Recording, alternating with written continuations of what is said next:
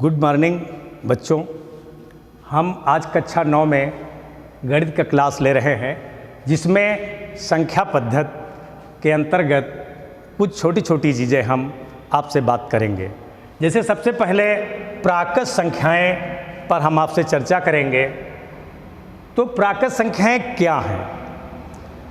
हमारे जितनी भी संख्याएं हैं उनमें से कुछ संख्याएं हमें, जैसे कि 1, 2, 3, 4 डॉट डॉट यानी कुछ आगे की संख्याएं हमें कुछ प्रकृति द्वारा हमें उपहार के स्वरूप मिली हैं, शिलालेखों द्वारा या अन्य स्रोतों के माध्यम से, जिन्हें हम प्राकृत संख्याएं कहते हैं। अर्थात ऐसी संख्याएं जिनके खोज में मनुष्य का कोई विशेष योगदान का प्रमाण नहीं मिलता है, इसलिए इन्हें हम प्राकृत संख्याएं कहते हैं।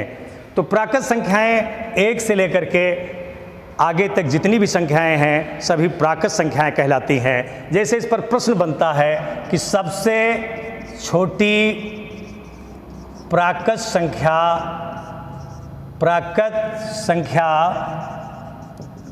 कौन सी है? तो एक कन्फ्यूजन होता है आप लोगों के अंदर कि 0 तो नहीं है, लेकिन 0 को हम प्राकृत संख्या नहीं मानते हैं, तो इसलिए सबसे छोटी संख्या 1 हमारा है, 1 होती है। अगर आज कभी भी क्वेश्चन आवे कि सबसे छोटी प्राकृत संख्या कौन सी है, तो वो 1 है। और सबसे बड़ी प्राकृत संख्या कौन सी है? तो इसका उत्तर हम अनंत लिखते हैं। अनंत या कोई नहीं या अपरिभाषित हम कह सकते हैं। इसके अलावा भी एक बात हमने बीच में बताई थी कि 0 यानी शून्य क्यों प्राकृत संख्या नहीं माना गया है हमारे गणितज्ञों के द्वारा। तो उसका रीज़न ये है कि शून्य की खोज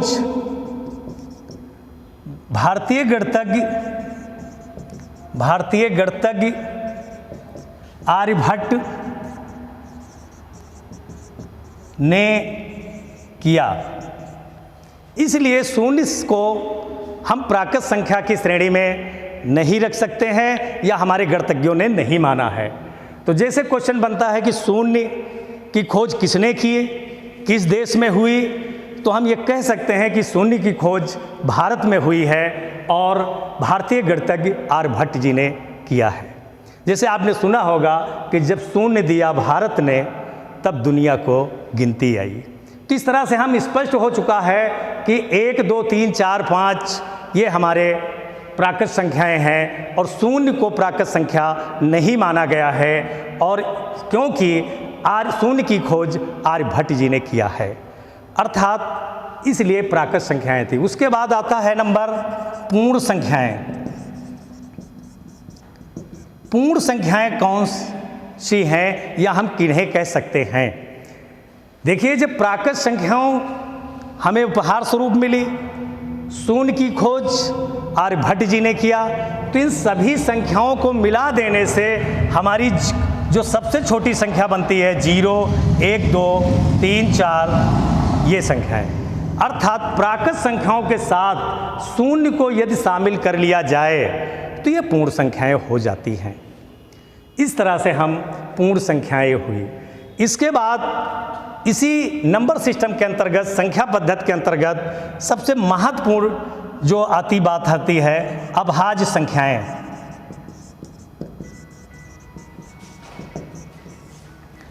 अभाज्य संख्याएं पर कई सवाल पूछे जाते हैं, चाहे कंपटीशन हो, चाहे कोई भी परीक्षा हो, जिसमें कि कोई न कोई सवाल अवश्य रहता है।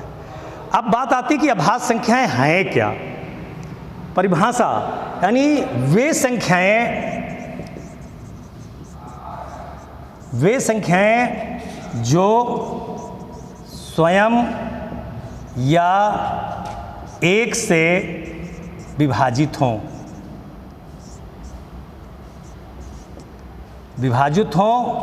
इसके अतिरिक्त अन्य किसी संख्या से विभाजित ना हो। अर्थात अभाज्य संख्याएं वे संख्याएं हैं जो स्वयं से विभाजित हों या एक से विभाजित हों, इसके अतिरिक्त अन्य संख्याओं से विभाजित ना हो। अब प्रश्न ये बनता है कि प्रथम अभाज्य संख्या कौन सी है। प्रथम अभाज्य संख्या अर्थात प्रथम अभाज्य संख्या 2 है। प्रथम अभाज्य संख्या 2 है।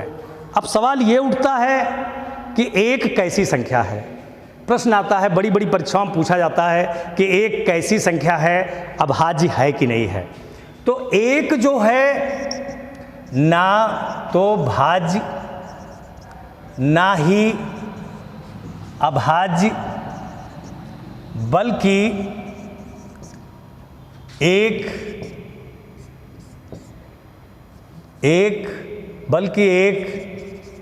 विशिष्ट संख्या है। एक अभाज्य संख्या क्यों आखिर नहीं माना गया? अगर हम परिभाषा के उस पर जाते हैं कि वे संख्याएं जो स्वयं से विभाजित हों या एक से विभाजित हों तो उन्हें हम अभाज्य संख्या कहेंगे। तो ये बड़ा टिपिकल प्रश्न आता है कि एक को हम क्या मान लें, क्योंकि प्रथम अभाज्य संख्या 2 है। और ये प्रश्न भी टीटी में पूछा गया है, सुपरटेट में भी पूछे गए हैं, कि भी पूछा गया था बना के, शून्येतर सबसे छोटी अभाज्य संख्या कौन सी है। शून्येतर का मतलब शून्य से बड़ी। तो इसलिए प्रथम अभाज्य संख्या चाहे इस रूप में पूछा जाए, चाहे शून्येतर अभाज्य संख्या पूछ ली जाए सबसे छोटी कौन सी है, या प्रथम अभाज्य संख्या पूछ ली जाए, तो हम उसका उत्तर 2 देते हैं। लेकिन ज़्यादातर बच्चे या ज़्यादातर छात्र 1 को लिख देते हैं। तो एक हमने बताया, एक ना तो भाज्य है ना अभाज्य, बल्कि एक विशिष्ट संख्या है। अब जरा हम विचार करते हैं, थोड़ा गहराई में जाते हैं कि हम परिभाषा में जो संख्या, वे संख्याएं जो स्वयं एक को हम एक से विभाजित करते हैं, एक आता है उत्तर। और इसके और एक से भी एक को देते हैं भाग, तब भी हमारा उत्तर 1 आता है।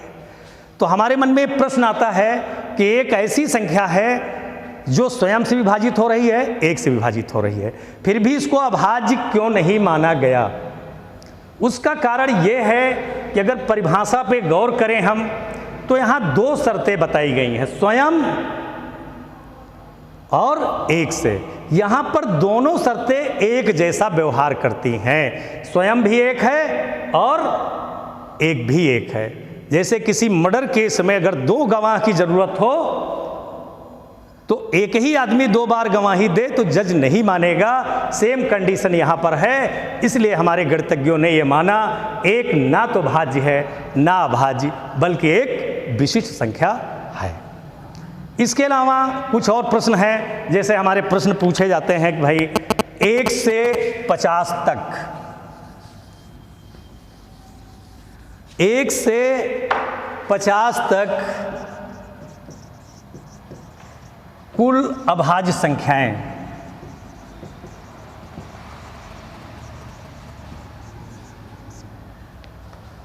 तो कहने के लिए तो हम लिख सकते हैं, लेकिन ये टोटल 15 होती है। 1 से 50 तक कुल अभाज्य संख्याएं 15 होती हैं। सीधे आपसे प्रश्न पूछा जाता है कि भाई 1 से 50 तक कितनी अभाज्य संख्याएं? 15 हैं। जैसे पहली संख्या हम बता चुके हैं कि प्रथम अभाज्य संख्या 2, 3, 5, 7, 11, 13, 17, 19, 23, 29, 31, 37, 41, 43, 47। 1, 2, 3, 4, 5, 6, 7, 8, 9, 10, 11, 12, 13, 14 और ये 15। तो इस तरह से प्रश्न आता है, और ये भी हमने दिखाया भी कि देखिए ये अभाज्य संख्याएं हैं। इनमें किसी भी संख्या को हम अगर चेक करें, जैसे 13 है, 13 से ही कटेगा या 1 से कटेगा। उसके बाद 1 से 50 से 100 तक कुल अभाज्य संख्याएं ये होती हैं 10। इनको भी इसी तरह से हम लिख सकते हैं कि 50 के बाद पहली अभाज्य संख्या हमारी कौन आएगी, तो ये 53 से शुरू होती है और लास्ट संख्या बनती है हमारी 97। इस तरह से हमारी बीच की संख्याएं भी हम लिख सकते हैं और इस तरह से टोटल 10। इस तरह से मुख्य 3 प्रश्न हुए, जैसे इस पर 1 से 50 तक कितनी अभाज्य संख्याएं हैं, हमारी 15 होती हैं, और 50 से 100 तक हमारी कुल अभाज्य संख्याएं कितनी होती हैं, 10 होती हैं। और इस तरह से 1 से 100 तक कुल अभाज्य संख्याएं 25 होती हैं। अभी 2 साल पहले पूछा गया था एक प्रश्न, या देखा था हमने उसमें मॉडल पेपर में, कि 1 से 100 से 110 के बीच कुल अभाज्य संख्याएं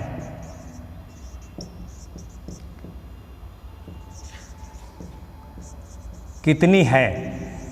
इस तरह से प्रश्न अभाज्य संख्याओं पर हमारे आ जाते हैं।